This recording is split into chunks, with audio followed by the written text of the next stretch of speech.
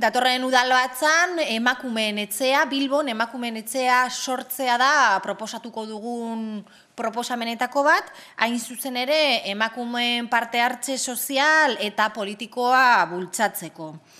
Emakumearen etxeak, egingo dugun proposamen honen arabera, ondorengo helburu hauek beteko lituzke. Alde batetik, mugimendu feministarako eztabaida eta hausnarketako topagune bat izatea da bilatzen den helburuetako bat, emakumeen taldeen biltokia izan nahi du baita ere, eta jabetze eskola martxan jarri eta ekimenak zein ikastaroak aurrera eramatea litzateke emakume etxe honen helburua. Bilboko emakumeen jabetze eskola bere gain hartuko luke esan bezala emakumeen etxeak, emakumeen formakuntza eta kontzientziazioa bultzatzeko.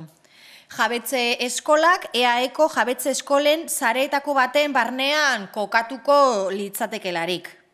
Nola kudeatuko litzateke gure proposamenaren arabera udaletxe hau, emakumeen etxe hau? Alde batetik, udaletzea, mugimendu feminista eta emakume taldeen artean adostutako prozedura baten bitartez. Eta elementu garrantzitsua da emakumeen etxe honi aurrekontu zehatz bat eman beharko litzaiokela, hain zuzen ere, esan ditugun helburu guzti horiek bideratzeari begira. Eta etxe honen bitartez, bestalde batetik, Bilbo emakumeen laugarren planean proposatu bezala, proiektua martxan jarri eta emaitza ezin onuragarriak izan dituen udalen artean kokatuko genuke.